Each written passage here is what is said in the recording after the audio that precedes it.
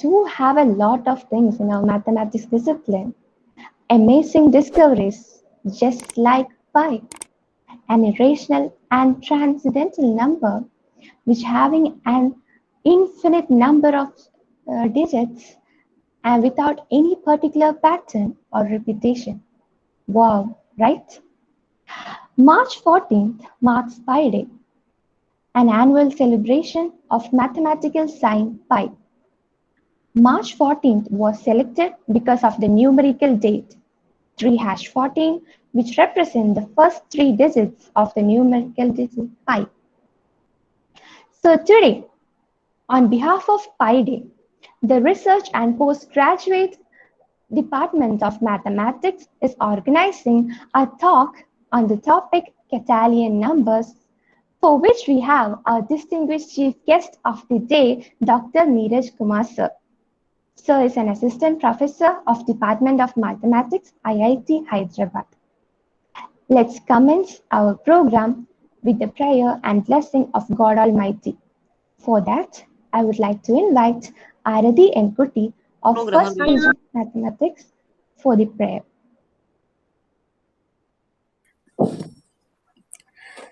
സത്യവും ധർമ്മവും നിത്യം പുലർത്തുവാൻ സച്ചിദാനന്ദനാം ദൈവമേ നീ ഞങ്ങൾ തൻ കർമ്മപഥങ്ങളിലെന്നും നിന്റെ കൃപാവരം ചൊരിയണമേ ദേവാ നിന്റെ കൃപാവരം ചൊരിയണമേ ആഴിയിലെ തിര പോലെ ഇന്നും മൂഴിയിലലയടിക്കുന്നു നിൻ ചൈതന്യം നിന്റെ ചൈതന്യമാ കാരുണ്യവർഷങ്ങൾ ഞങ്ങളിലെന്നും ചൊരിയണമേ ദേവാ ഞങ്ങളിലെന്നും ചൊരിയണമേ.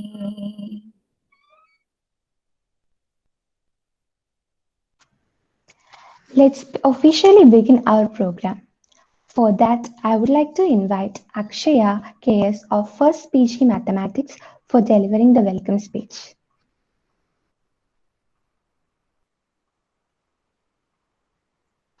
A very good morning to one and all gathered here. On this auspicious occasion, I would like to welcome you all for the National Pi Day celebration. Stars shine at night, some stars shine at bright daylight. It's our pleasure to welcome one such star, Dr. Neeraj Kumar, Assistant Professor, Department of Mathematics, IIT Hyderabad, the Honorable Chief Guest of today's function. His contribution to the field of commutative algebra is invaluable. Diagonal subalgebras of residual intersections, a survey on causal subalgebras and causal duality, note on vanishing power sums of roots of unity and regular sequences of power sums and complete symmetric polynomials are some of his works. He worked as a postdoctoral fellow at IIT Bombay from 2016 to 2019 and as a visiting scientist of ISA Bangalore in 2016 and also as a postdoctoral fellow at IMSC Chennai from 2014 to 2016. We welcome you, sir. The essence of great leadership is influence and not authority. With this note, I wholeheartedly welcome Dr. Sister Maggie Jose, the principal of St. Mary's College, to this function. You keep on influencing us, sister. I feel grateful to welcome our head of the department, Dr. Parvati KS, who is a great guidance for us. Next, I welcome all the dignitaries on and off the stage to this function. Last but not the least, I welcome all my student friends to this function. Pi Day is an annual celebration of the mathematical constant pi. It is celebrated on March 14 because the date stands as 314 in the month date format, which stands to represent the first three digits of pi, 3.14. UNESCO's 40th General Conference announced Pi Day as the International Day of Mathematics in November 2019. This year, the theme of the International Day of Mathematics is Mathematics for a Better World. With all enthusiasm, once again, I welcome everyone for this momentous event. Thank you all. Have a good day. Thank you so much, Akshaya. It feels to be an honor to invite our distinguished chief guest of the day, Dr. Neeraj Kumar sir, Assistant Professor of IIT Hyderabad. As we all had already heard from Akshaya that he has a wide range of achievements in his career, we are truly delighted to be with you in this session, sir, and to know more about Catalan numbers. Once again, on behalf of our St. Mary's family, I would like to invite Dr. Neeraj Kumar sir to this auspicious occasion. Sir, please. Yeah, okay. Thank you very much. And thank you for the nice welcoming speech. So, okay, I'll connect to iPad and I'll start from there my presentation. Okay, yeah, okay, fine. So I hope now the screen is visible and you could hear me. Yes, sir. Okay, so, okay, let's begin. So today I'll speak about Catalan numbers. So it's Pi Day celebration. So though a Catalan number is nothing to do with the pi, but again, because it's a Pi Day, I'll also make a connection with pi also, that one can get a representation of Catalan pi in terms of Catalan numbers. So that's part of the talk also. So I'll start with a sequence of integers. So let's start with a very innocent sequence of integer, starting with 1, 1, 2, 5, 14, 42, 132, and so on. So call these sequences also the first element as the zeroth term, start with counting 0, then first term 1, second term 2, third term 5, fourth term 14, fifth term 42, and so on, the nth term Cn, where this must be some integer. And what we are saying is, at least I am defining here, that this nth number in this sequence of integer is precisely given by 2n choose n divided by n plus 1. Okay, what is this 2n choose n? This is maybe you may be writing it as 2n Cn or 2n choose n, binomial coefficient. So here is a formula, and this nth term Cn is defined as nth Catalan number. Okay, so it's very easy to define. We could just define 2n choose n divided by n plus 1, and we have got the Catalan numbers. Okay, but now let's go into the deeper subject of it. So just for the sake of notation, I'll write it here. N choose r, we mean factorial n by r factorial into n minus r factorial. So that's the usual n choose r that you see in +2. I prefer to express this term in the form the number of r element subsets of an n element set. So it's a collection of all r element subset of an n element set, and we'll calling it n choose r. Okay, so the aim of the today talk is, so there are a brief overview of this. So we would like to see a set of different combinatorial problems, and the interesting part is the solution to each problem is same sequence that we have listed in the beginning, and that sequence of integer is the Catalan numbers. And then we will look at solution of one of the problem, because solution of every problem is same. So we can solve one of them. That would be enough to solve all the other problems. And then we will look at connection with pi. So it's a pi day, so let's give one connection with pi. And then we can look at different proofs of Catalan numbers. So this is an overview of the talk, and we can start with the combinatorial problems. Okay. So let's start with this problem first. So what we want to do here is, we want to look for the triangulation of a convex n plus 2 gon into n triangles, or just into triangles by n minus 1 diagonals that do not intersect in their interiors. What we mean by doing so, let's start with some example. So let's start with C1. because C0 you have actually nothing. If you take C0, so I'm defining here Cn to be the number of triangulation of n plus 2 gone, and this computation was of great interest to Euler. We all know Euler is a great mathematician, one of the finest mathematician, and he is the one who has introduced the formula, if you all remember, e to the power I pi equals to 1. So he has a great contribution for the number pi. So he wanted to calculate the number of triangulation of n plus 2 gone. Let's take with some smaller examples. If you take n equal to 1, that means we are looking for how many triangles are there in 3 gon. But if you take 1, then you only get 3 gon, which is essentially one triangle. So the count is 1. If you take 2, that means we have a 4 gon, and so we have a square here. In a square, we are looking for how many triangles are there. So we can draw diagonals and we can count the number of triangles, and that is precisely 2. Okay. Now, so this is, if you see from our formulation, we are looking at 2 plus 2 gone, and we are looking for triangles, and that is by 2 minus 1 diagonal, so precisely 1 diagonal. So this is how. Let's do a smaller example, one more, that will give much more insight and why it's interesting. So we are looking for 5 gone this time, and we are looking for 2 diagonals, 2 non-intersecting diagonals. Diagonals should not intersect. So initial case, we didn't see any such problem. Let's look at this. So I have drawn 5 gone, and we would like to see the diagonals, 2 diagonals, and they should not be intersecting with each other. So I can draw like this.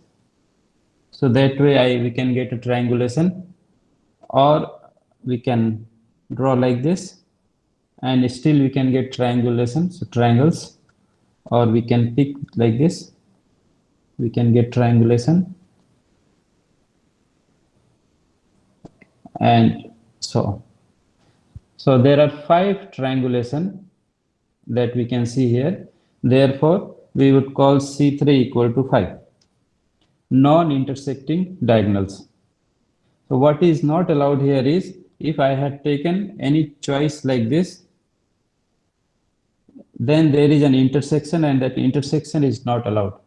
So we should not intersect the diagonal. So such a choice would not be allowed. So when the number of vertices is less, it's easier to draw the diagram. But when the number of vertices is more, it's much more challenging to draw the diagram. Just to give you an idea, C4 equal to 14, that means on 6 gone, there are 14 triangles, 14 such triangulations. Much difficult to compute, maybe it's still doable.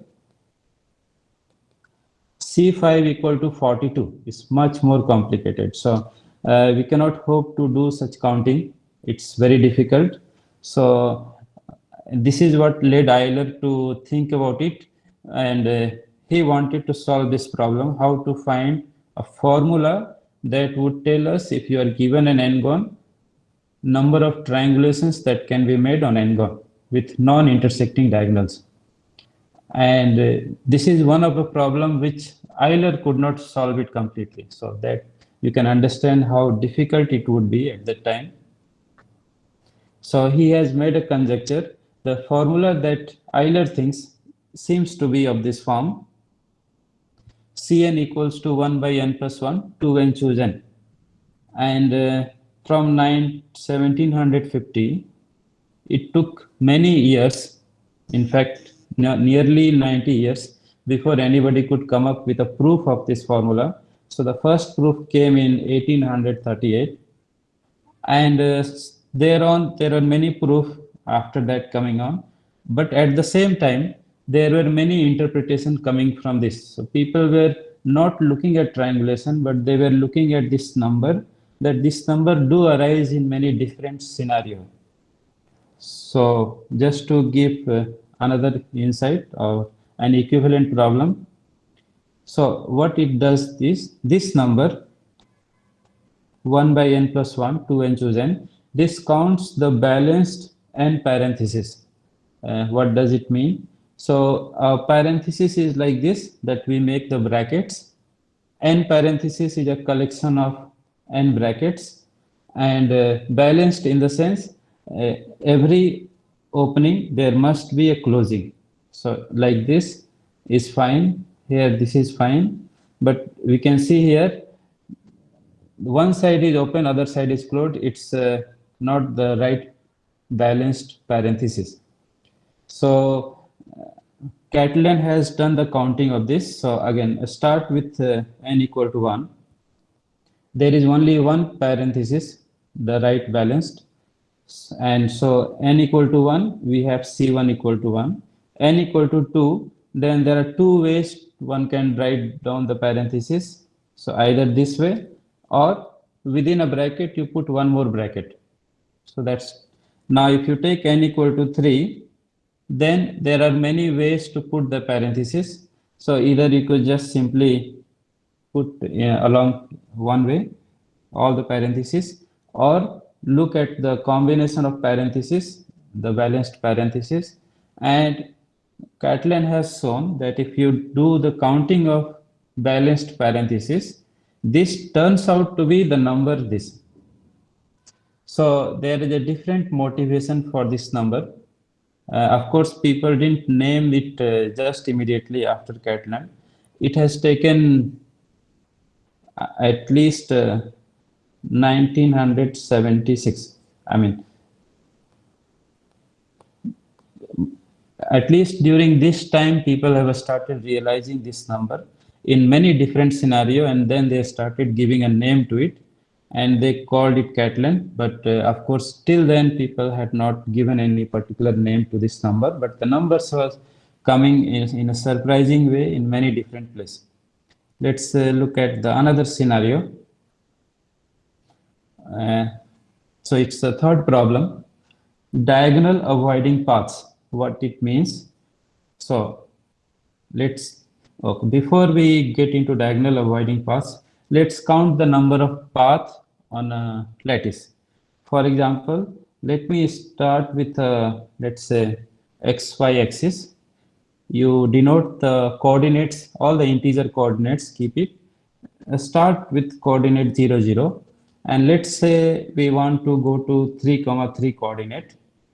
And the way you can reach 3, 3 coordinate is either you can take the unit step to the east direction or a unit step to the north direction.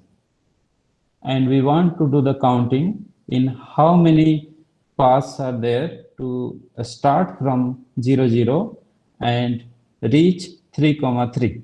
So I'll draw one diagram also how we can reach there. Maybe we can take this path. So that's one way to reach 3, 3. We can only go through the integer coordinates. I'll draw another path. Maybe we can just go like this. So there are many paths that would allow us to reach 3, 3. Then question is, how many such paths are there?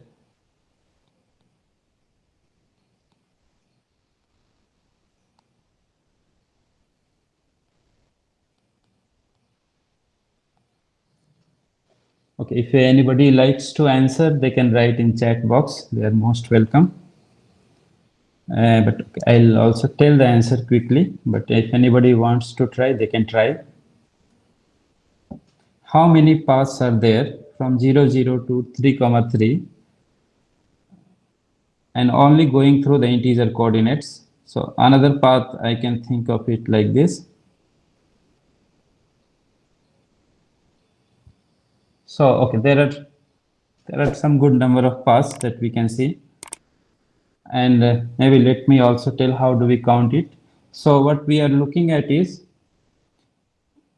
if you move in the east direction, and this is north, this is east, this is north, this is east, this is north.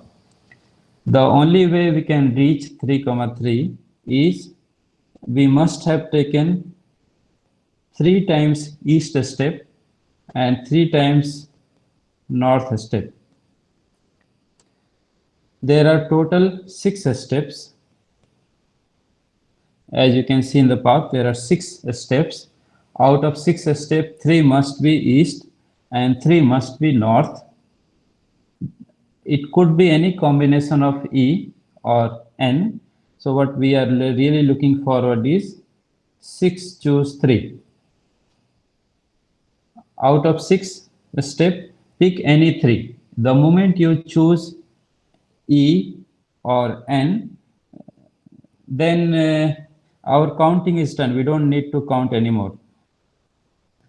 I'll use one different color. Let's assume if I pick all the north, I'll reach here, then I have no choice to reach 3, 3. It must be the horizontal direction. So the total number of counting for a path starting from 0, 0 to reach 3, 3 is 6 choose 3. Now let's put some restrictions here, or maybe general questions. Instead of 3, 3, if we had to go to m, n coordinates, starting from 0, 0 and trying to reach up to m, n coordinates and using the steps either the east or a north, then the total number of path to start from 0, 0 and to reach m, n coordinate. So it would require total of m plus n steps. Out of m plus n steps, if you take m horizontal step or n vertical step, that would be enough. So we are looking at m plus n choose n, and due to symmetry, this is same thing as m plus n choose m. So these are the total number of paths to reach from 0, 0 to m, n. Okay. Now let's come back to our problem. By the way, if anybody have any doubts, any question, please feel free to write in the chat box. I'll try to reply to your questions immediately when I see. So please feel free and write your question. Anytime you have a doubt, please ask. Okay. So the problems that now I want to state is we want to count the number of northeast lattice paths starting from 0, 0 to reach coordinate n, n, but such a path should never cross the line y equal to x. What it means is, so we are looking for a path, maybe something like this. So the path can touch y equal to x line, but it must remain below. Something like this is accepted. It should remain below the line y equal to x. What is not acceptable path is, if it crosses the line y equal to x, then that is not an acceptable path. So we are interested in counting the number of northeast lattice paths from 0, 0 to n, n that never go above the line y equal to x. And we give to this number Cn, again Catalan number.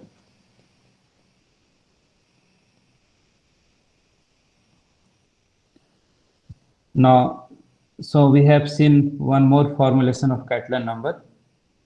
And if we wanted to do the counting from 0, 0 to n, n, what we know is total number of paths to reach from 0, 0 to n, n, that we know. So if we can subtract the path which crosses the diagonal, then we will be done with our counting. So here is an idea.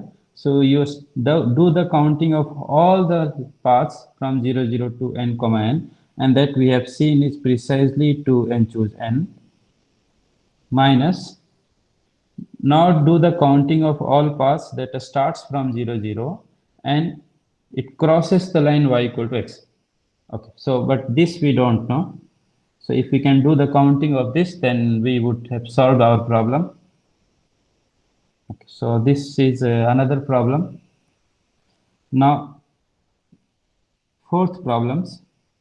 Let's talk about mountain ranges. So it's like a climbing a mountain. You start with a certain height, and there are an upward journey and an downwards journey. It's like a small hill, or downwards or upward. So we are interested in counting the number of mountain ranges with an upward journey and an downwards journey, so that we always stay above a certain fixed level. Okay, how does it look like? So again, if you take a start with n equal to 2, so you can go up and down, you can go up and down, or you can go 2 times up, 2 times down. So again, so you can see there are two such possibility. N equal to 3, you can see here are 5 such possibilities. All the numbers here, they matches with the counting that we are doing in the beginning, the number of triangulation or the number of lattice paths. Okay, we didn't count the lattice paths. So like this, one can formulate the problem in terms of mountain ranges. But again, we are restricting to only n equal to 2 and 3. The higher value you take, it becomes much more complicated. So we will not do that counting here. Let me state the fifth version of this problem. Ballot sequence of length 2n. So what is this? So it's like in a voting, a sequence of n each ones and minus ones. So there are n number of 1 and n number of minus 1 such that every partial sum is non-negative. So if n equal to 0, then there is nothing to place 1 or minus 1. If n equal to 1, that means the only choice that we can have is 1 and minus 1. There should be 1 plus 1 and 1 with minus 1. And the fact that every partial sum is non-negative, that is telling us that we must pick the first one positive. Partial sum is non-negative, so first term must be the positive term. It more clearly when you take n equal to 2, that means there are 2 1s and 2 minus 1s. So you can take maybe the first 2 terms 1 1 and then minus 1 minus 1, or a combination of 1 minus 1 1 minus 1, because we want to make sure partial sum is non-negative. And again we call this C1, C2. For n equal to 3, that means length 6. So here are the possibilities. So you can list maybe all the ones in the beginning, so that the sum will always be non-negative. Or you can keep only 2 and keep this place for minus 1, then 1, and they are all for minus 1, minus 1. Okay, so this way we can do the arranging of 1s and minus 1s, so that the partial sum is non-negative. And for n equal to 3, denote this number by C3, and this C3 also turns out to be 5. So there we are looking at many different problems. Each of them have the same pattern. Now to give a concrete problem to this ballot problem, consider a subcase like this. So suppose that there are 2 candidates A and B, and they are running for an election. There are 2n votes who vote sequentially for one of the 2 candidates. At the end, each candidate receives n votes. What is the probability Pn that A never trails B in the voting and both candidates receive n votes? So as you can see, why it matches with the previous. So we have total 2n voters. Everybody votes only 1, not allowed more than 1. At the end, each candidate receives n votes. and there is a tie, both receive n votes, A never trails B. That means A is either leading or have equal number of votes with B. So how do we view this? So think of it again as a plus and minus 1. So we are starting with 1 if there is a vote for A and minus 1 if there is a vote for B. And then again you can just view it as a ballot sequence. So it is just a combination of 1 minus 1 or 1 1 minus 1 minus 1 1 minus 1 1 minus 1 like this. So just as a ballot counting. Okay, just one more formulation for this. Let's say in St. Mary College, Thrissur, a student joins the, let's say, a bachelor degree program or a master's, and he or she have an empty jar, and he start with the 1 rupee coin, and then he has to put the 1 rupee coin into jar. Every day, let's say she puts 1 rupee coin or takes out the 1 rupee coin. And if this continues for 2n days, and suppose the jar becomes empty at the end after 2n days, then in how many ways this could have happened? So that's the counting. So we have looking at many different problems. So here, let me put it in a much simpler way. Maybe it's much more realistic. And if there are, let's say, 2 teams playing with each other, like a soccer team, then I'll propose a problem like this. If there are 2 teams playing, let's say, a football game, and then again a game ends in a draw, each team is scoring n goals, then it may seem like maybe the team 1 would win because team 1 is always in the lead, but at the end both have the same goal. So how many ways could this n goals be scored by both the teams? So as you can see, till now we have only been looking at problems, but every problem looks very similar. At least the one that I stated here, all the 3 problems for the counting, they look exactly the same. So there must be a uniform way of attacking these problems to solve it. So in this case, if there are 2 teams scoring goals and team 1 always leads, so maybe if the sequence of goal is A and B, the first goal is by team 1 and the second goal is by team 2.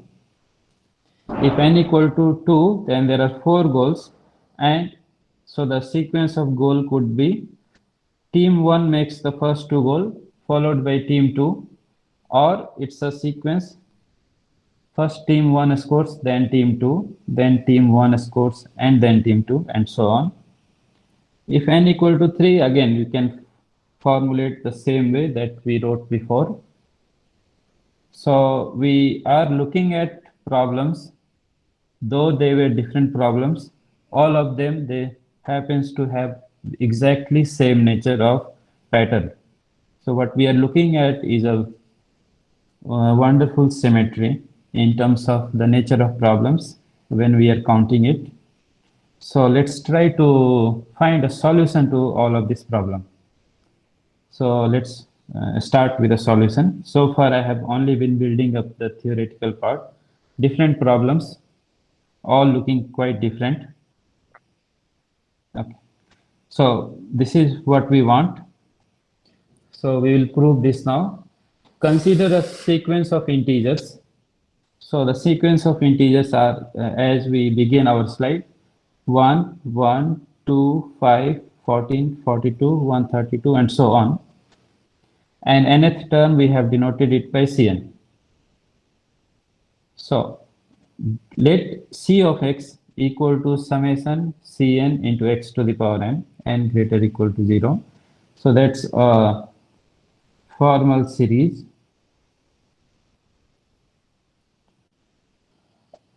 Series, I believe maybe many people would have seen in the sequence of series real analysis When I say formal, what it means is you don't worry about the convergence of series. You just look at series, and when we are looking at formal series, the only thing that we are interested in is the coefficient of x to the x or x to the power n.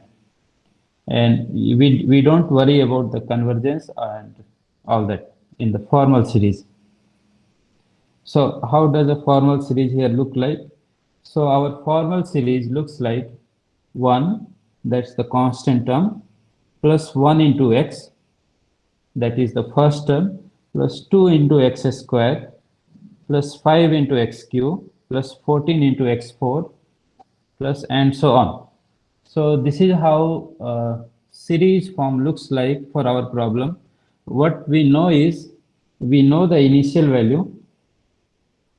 What we do not know is how to find this Cn. That's what we want to know.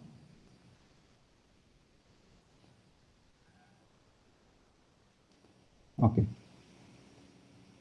So I claim that this Cx is nothing but 1 minus a square root of 1 minus 4x by 2x. So this is what my claim is. This whole expression is this expression.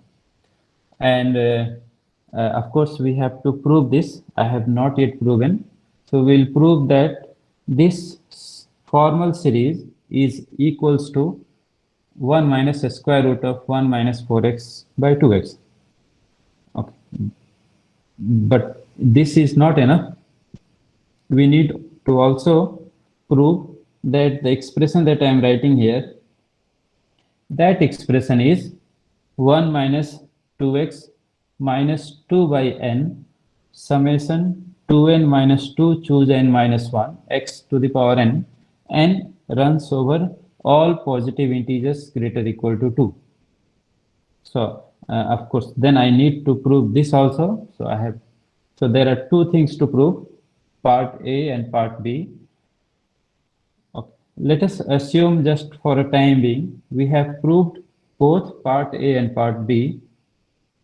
Then what it would mean? So if we have proved part B, then we can take the value of a square root of 1 minus 4x, substitute it in part A, and we can write down the expansion of Cx. So okay, let's do it. So assuming A and B are true, we are yet to prove this. We get Cx equal to 1 minus. So I am just placing the value of a square root of 1 minus 4x in this expression. Okay. Now, if I try to simplify this expression, what I would get is, so you can see that 1 and 1 would get cancelled. There is a 2 and 2 that gets cancelled in numerator and denominator, and there is 1x that would get cancelled. So we can rewrite this expression starting with by changing the appropriate summation sign to n greater or equal to 0. This expression becomes summation n greater or equal to 0 2n choose n divided by n plus 1 into x to the power n. And this coefficient is the expression Cn that we have been talking about, is the nth Catalan number. This is what we wanted to know. That was our goal. If we write this formal series, what is the coefficient of Cn? This is what our aim is.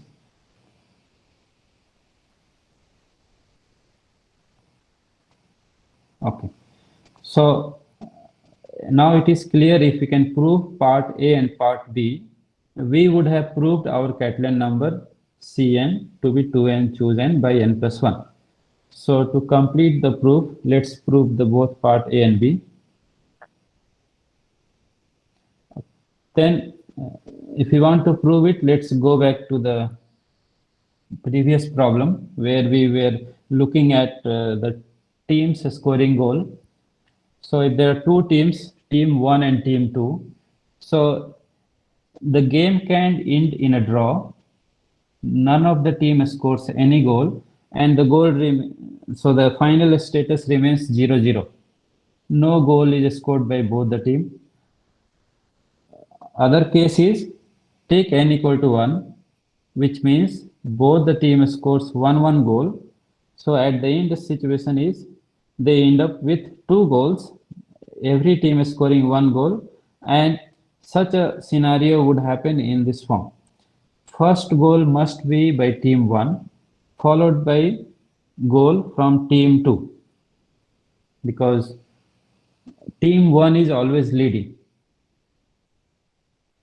If we take a slightly higher value of n, let's say n equal to 2, which means we are looking at 4 goals. So starting with 0, 0 and ending with 2, 2, both team is scoring 2 goals. The way it could happen is the first 2 goal by team 1 followed by the last 2 goal by team 2, or it's a sequence, team 1 followed by team 2, again team 1 followed by team 2. But here is a trick. So what we have to observe is, so let me make a circle first.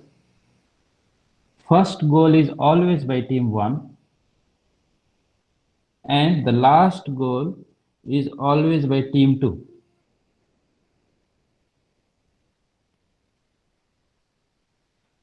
So in this counting, we actually have no choice here. The first goal must be by team 1 and the last goal must be by team 2. We are not making any choice even for counting. Let me show in this another picture of the lattice path not crossing the y equal to x line. Why it looks more natural there also. If you want to start from 0, 0 and reach 2, 2, but we cannot cross the line y equal to x, which means the first step must have been this 1, 0 step, east step. We have no choice. And the last step must be the north step. We have no choice here. So this kind of counting, if we observe closely, the first and the last step gets automatically fixed. We really have no choice. The same is with team 1 and team 2. The same picture we could have written. First goal by team 1, then team 2. So I am putting both the pictures parallelly.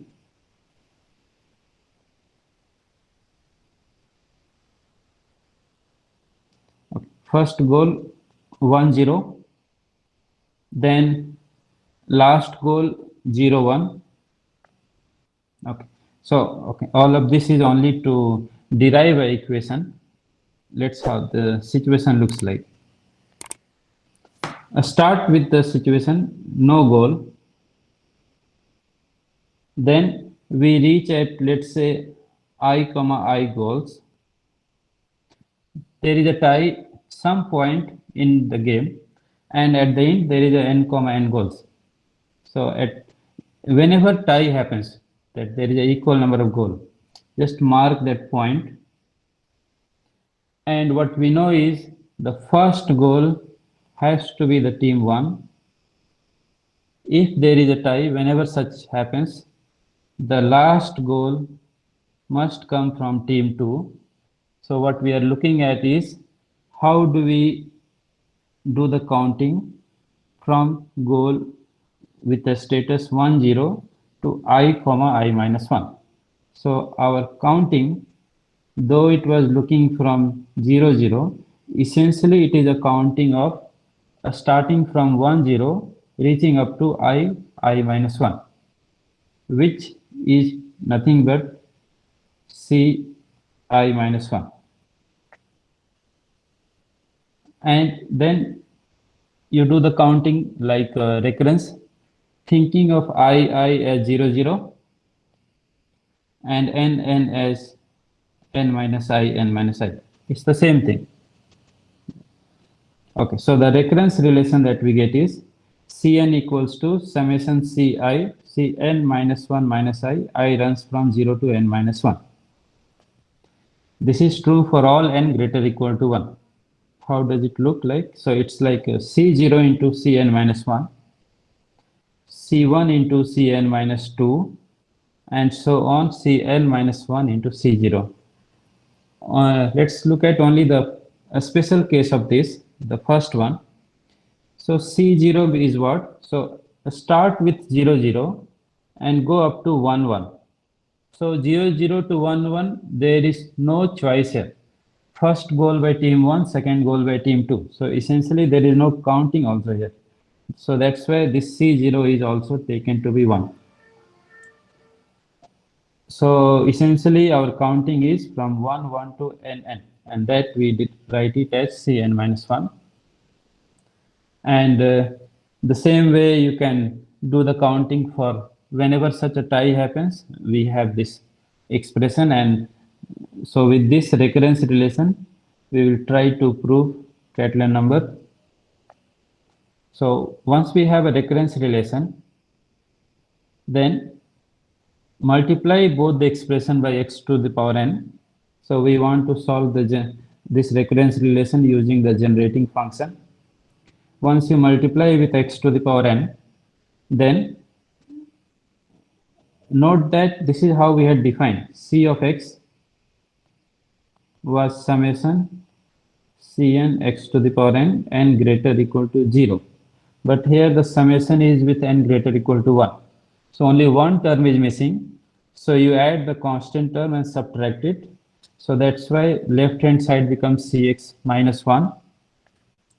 Right hand side, it's a product of formal series Cx with Cx, and you can take the x common outside. So it's just like if you have a formal power series Cx, you multiply Cx with Cx, then look at the coefficient of x to the power n minus 1. They are precisely these coefficients. You would have been seeing this kind of multiplication in maybe ring theory, or when you multiply to polynomials. Here I am multiplying an expression that are infinitely many in terms, but the coefficient of x are only finitely many. So this way we can derive this equation. Once we have this, then we can write it down as, so you could write it as, let's say xy square minus y plus 1 equal to 0. Think of Cx equal to y. And solve the quadratic equation. Then you will get Cx equal to 1 plus minus a square root of 1 minus 4x by 2x. So it's just a quadratic equation. Okay. Now here is a problem. There is a unique number that we are doing when we are doing the counting, but here comes an expression that comes with plus and minus sign both. So we must decide whether to pick the plus or the minus sign, and it's not easy to decide unless we know what that expression square root of 1 minus 4x is. So to do this, we need to find the expression of square root of 1 minus 4x. Okay, just 1 minute. Till then, if anybody have any idea how to find this, they can write in chat box.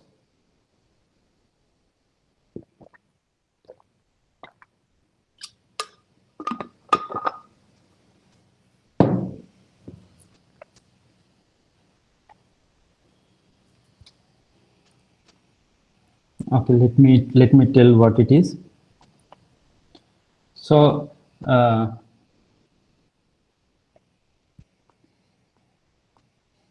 state a theorem.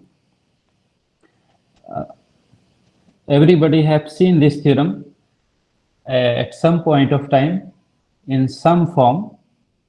Let m be any real number, then 1 plus x to the power m equals to summation m choose n x to the power n greater equal to 0.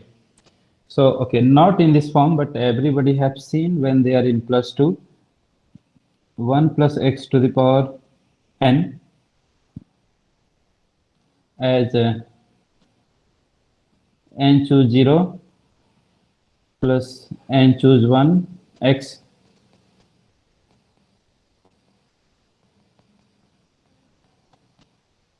at least in this form everybody has seen the expression.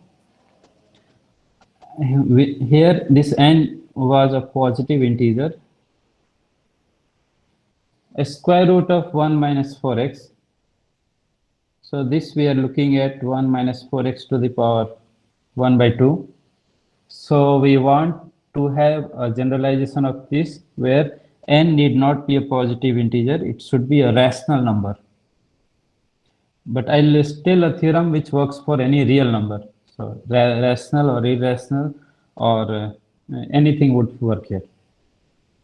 And I'll quickly tell even the proof also how we write this, because what I'm writing here is binomial coefficient m choose n, where this m is a real number.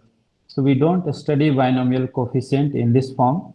We have only seen binomial when m is a positive integer and we count the value of m choose n, both m and n being integers. So just look at this as a function of x, left hand side, and I want to derive such an expression. I believe many would have seen this in the course of calculus. Taylor series expansion. So if you have a smooth functions, then you can write down the Taylor series expansion of a function. So this is how you may have seen nth derivative of a function evaluated at x equal to 0 by n factorial into x to the power n. Okay, so I'll use that. And this binomial, I want to define it as exactly same as the binomial in integers. So m choose k, note that this m is a real number, as m into m minus 1, and this product up to m minus k plus 1 divided by k factorial, and k is an integer. So this is an integer. So we know how far we have to go for product, just exactly k terms divided by k factorial. So this is a extended definition for a binomial coefficient to any real numbers.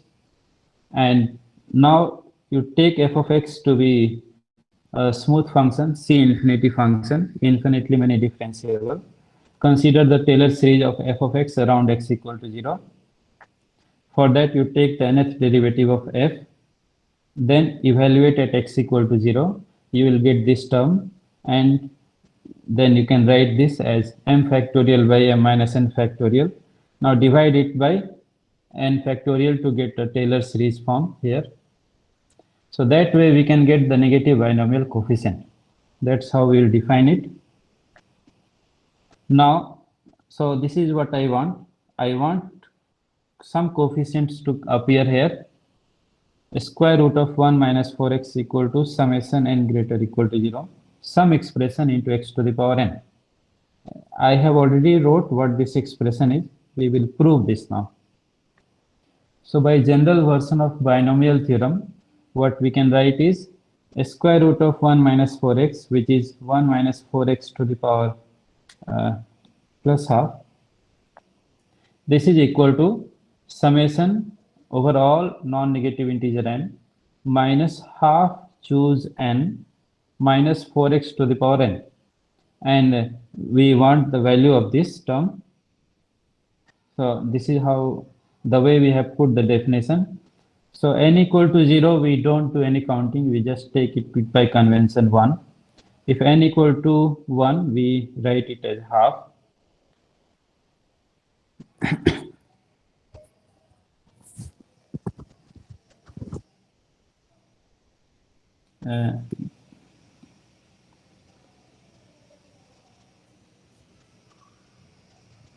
So if half chosen, that means you look at the product half minus 1 and so on, half minus n plus 1 divided by n factorial if n greater or equal to 2.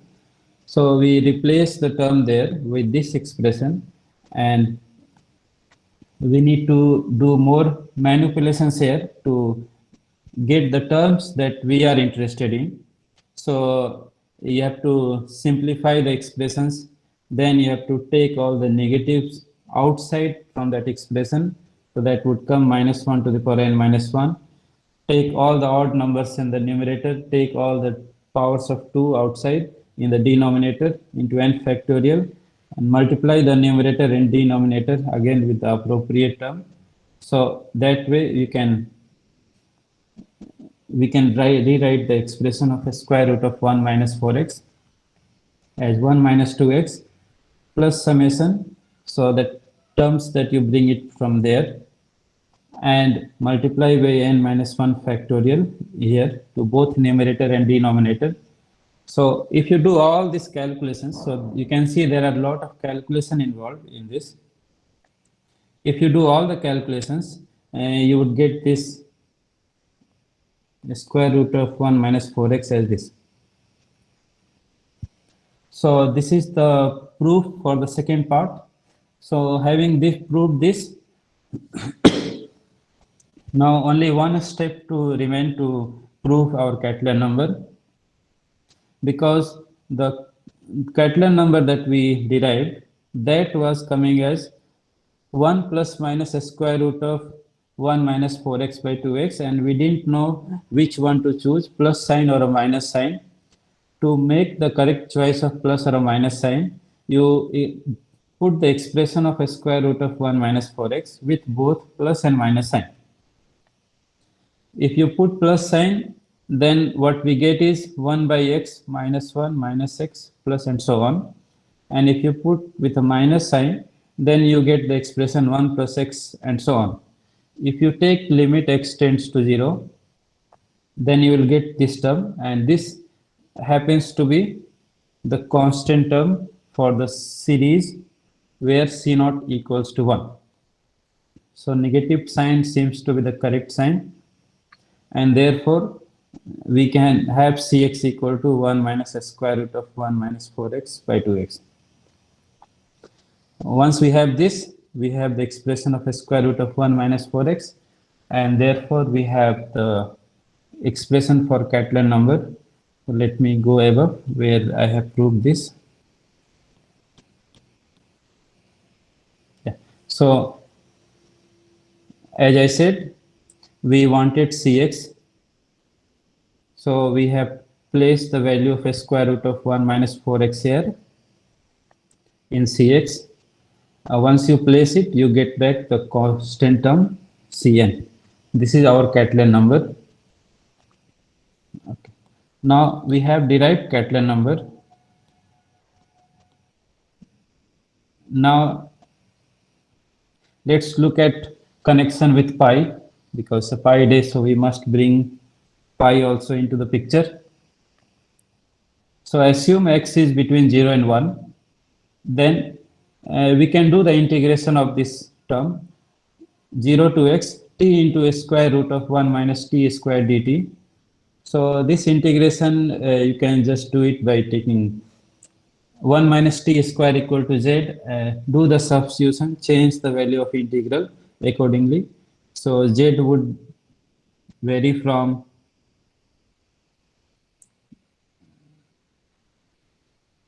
one to 1 minus x square, and we can solve this integral. So I have even done the solution also. You can rewrite this integral in this sixth form. So it's a easy integral exercise. Okay. Now, so this is one expression for this integral. Now we have seen a general version of binomial theorem. So now let us look at a different integral. So here, instead of doing the integration, first you substitute the value of binomial expression here, 1 minus t squared to the power half, and then do the integration term by term. Then we will get it like this, and rewrite this expression with the indices k varying from 1 to j varying from 2. So just readjust the indices, then we will have this expression. Both of them are coming from the same expression. We have derived from the same equation. Therefore, both are equal. So we can write it as this equation. Now, this is an identity. This is true for all x between 0 to 1. So in particular, we can pick instead of x some other value which would also lie in this range. And let's pick that value to be sine x. And because when x is between 0 to 1, sine of y would be between 0 to 1 when y is between 0 to pi by 2. So replace x by sine x and integrate the equation number 3 from 0 to pi by 2. So there is a lot of tedious calculations, so I'll avoid the calculation now. So if we do the integration from 0 to pi by 2, you will get is some this kind of expressions. Most of the things are doable. They are not really complicated. There is only one term which requires some work, is this integral sine 2jx upon 2j dx 0 to pi by 2. Except this, all other terms are fine. So this would require some work to do. Once you do this integral, I have written the value here. Then again rewrite all these expressions. So you will get this term as 1 by pi equals to 3 by 16 plus 9 by 4 summation ck square 4k square minus 1 upon 2 to the power 4k k plus 1 whole square. So that's one way of putting the Catalan numbers with the pi connection. There are several such 1 by pi expansion of Ramanujan. Well, Ramanujan didn't bother about the combinatorial aspect, whereas this Catalan number is more of a combinatorial nature. Okay, so that is a connection between pi and the Catalan number. And one such connection, there are more such expansions. Okay. Now I'll come back to the second part of the talk. So it's very little, just a small discussion.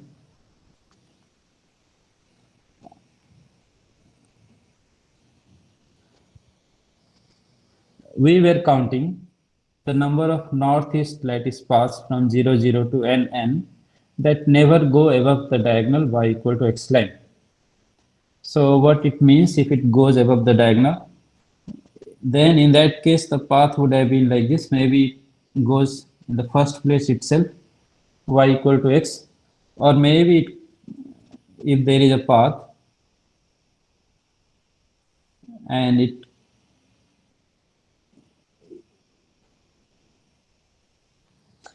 if there is any path which would cross y equal to x line, it is very clear that that line must touch the line y equal to x plus 1.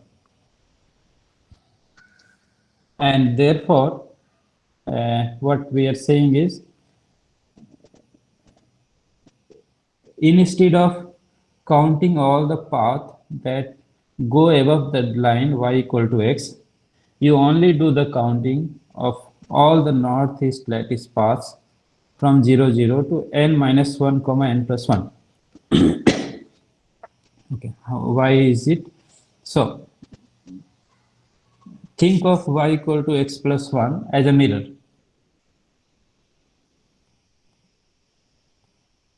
And if there is any path that crosses this, so if it crosses this, then reflect this path with respect to the line y equal to x plus 1. So this would become like this.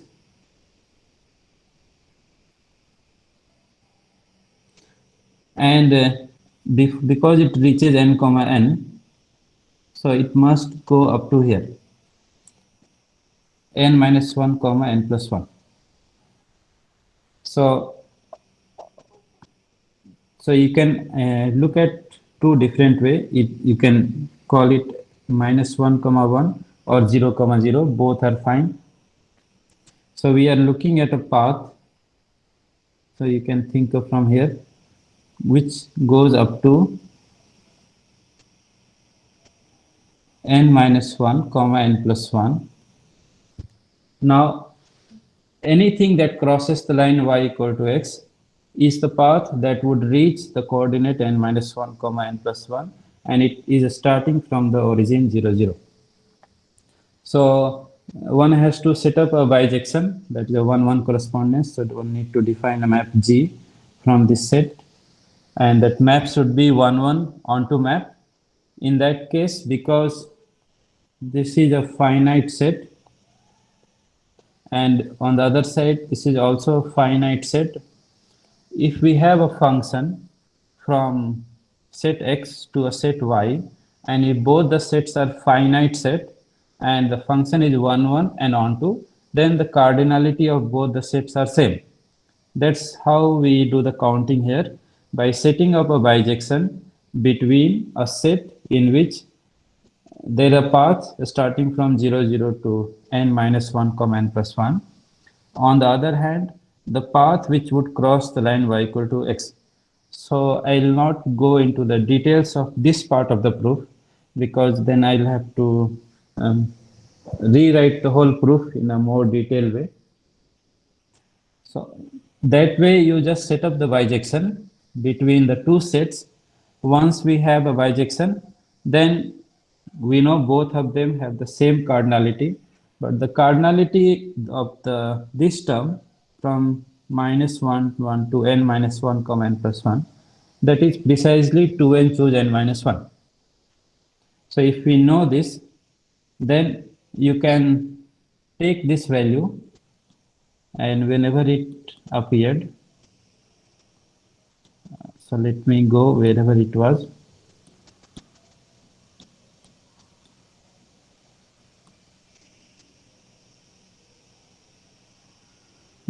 So here it is.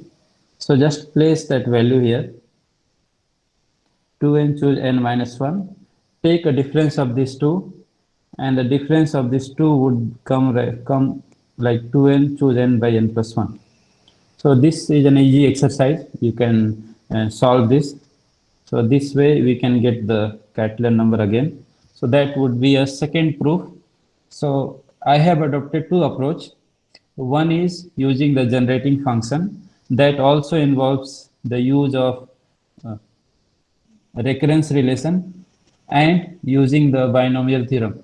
So I thought that would give more insight to look at why calculus is also important. Combinatorial counting technique is also more important, and the phenomena of recurrence relation to do the counting is also important. So for that perspective, I decided to include that proof. A second proof is also interesting.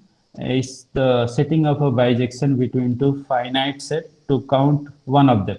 Whichever is easy, you count that, if you can just set up a bijection. So there are two different ways of, at least two ways of getting this proof.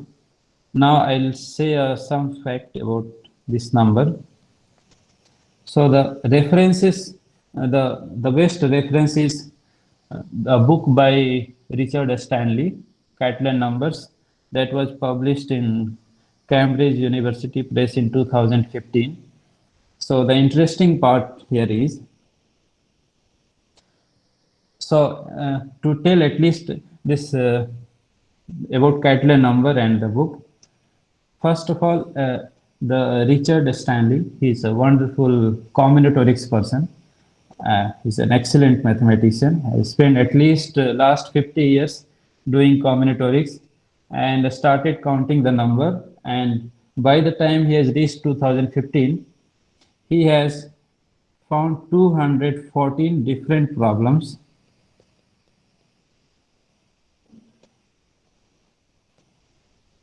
Completely different problems.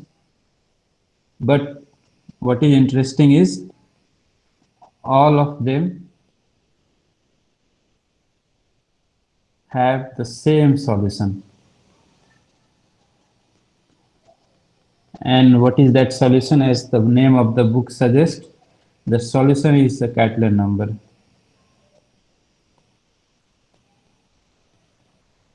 I listed 5 or 6 of them. There are 214 collection of problems. All of them happens to have exactly the same solution. And if you are looking for the connection between the Catalan number and pi, you can look at Mathematical Association of America, that magazine by John A. Weil. So there you can find a reference for that also. And if you look on the Google, you just type Catalan number, there will be thousands of web pages opening with this Catalan number. So I thought because this is a wonderful number, at least when I was in my BSc or MSc, I never heard of this number. So I thought if I have to give a talk, maybe this is a very good topic to give a talk to a student to motivate them. So, okay, with this, I would like to conclude my talk and I'll stop here. So, yeah, thank you very much.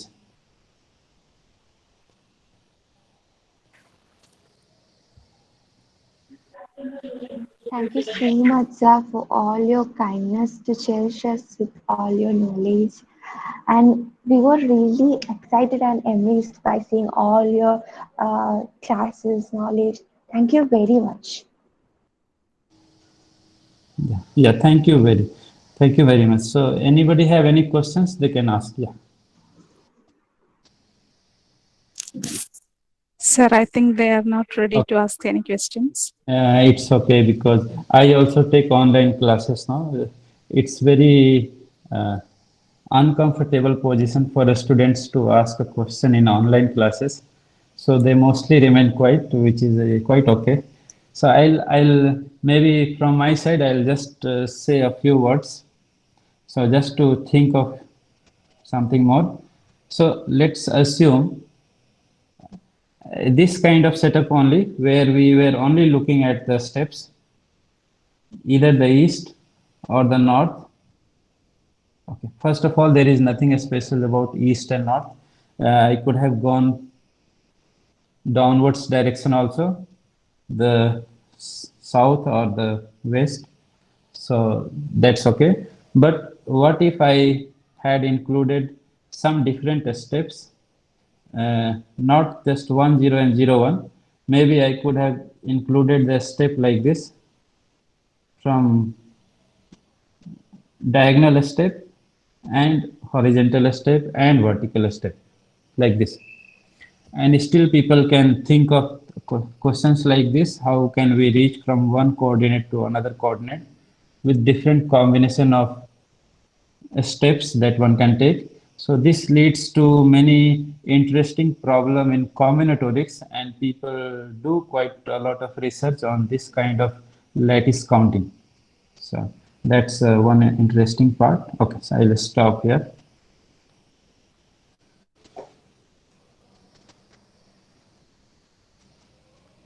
Okay, so thank you very much for inviting me. I don't remember, maybe this is my first talk in college after, maybe first talk in college, possibly. Thank you so much, sir. And now it's time for us to wind up our program. For that, I would like to invite Revati G. Krishnan of First PG Mathematics for the vote of thanks.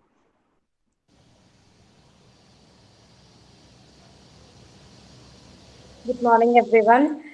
Respected Neeraj sir, Assistant Professor, IIT Hyderabad, our respected beloved sister principal, Maggie Jose, our HOD Parvati Miss, teachers, and all my dear friends. Today, we all had a very wonderful class by Neeraj sir on Catalan numbers. Perhaps no one else could have explained it in such simplicity. Being simple is not that, it's not that easy. It's really difficult. And when something is simple, it's easy to focus, easy to understand, and easy to expand upon. So being simple is quite not that easy, but when something is explained in simplicity, it's quite easy to understand also. So a special thanks to Neeraj sir for your wonderful class, and also for making this understand that too in a simple manner. So very special gratitude to Neeraj sir. And also I extend my gratitude to our beloved sister principal, teachers, and all others who were behind this wonderful initiative. And also for everyone who had attended the class so patiently. And last few hours were really very fruitful because we could visualize the beauty of mathematics. And once again, I extend my gratitude to Neeraj sir for spending your valuable time with us. On behalf of St. Mary's College, I would like to thank you again, sir. Thank you. Thank you, everyone. Thank you. Hello, Neeraj sir. By actually, we used to hear that all roads leads to Rome. Like that, I would say you were explaining such simple problems, 5 or 6 problems, and all the problems were leading to Catalan numbers. I was so much excited, and I could see the wonderful magic that is in mathematics, and the way you presented was very nice, and all the students were still at the brim of excitement because all the things you were explaining so simply, and all could understand it nicely. And you proved it that combinatorics and number theory can be so much interesting like this. So but from the part of our principal, HOD, and all our staff members and students, I extend a very cordial thanks for you, sir. So let's wind up the session. Yeah, thank you. Once again.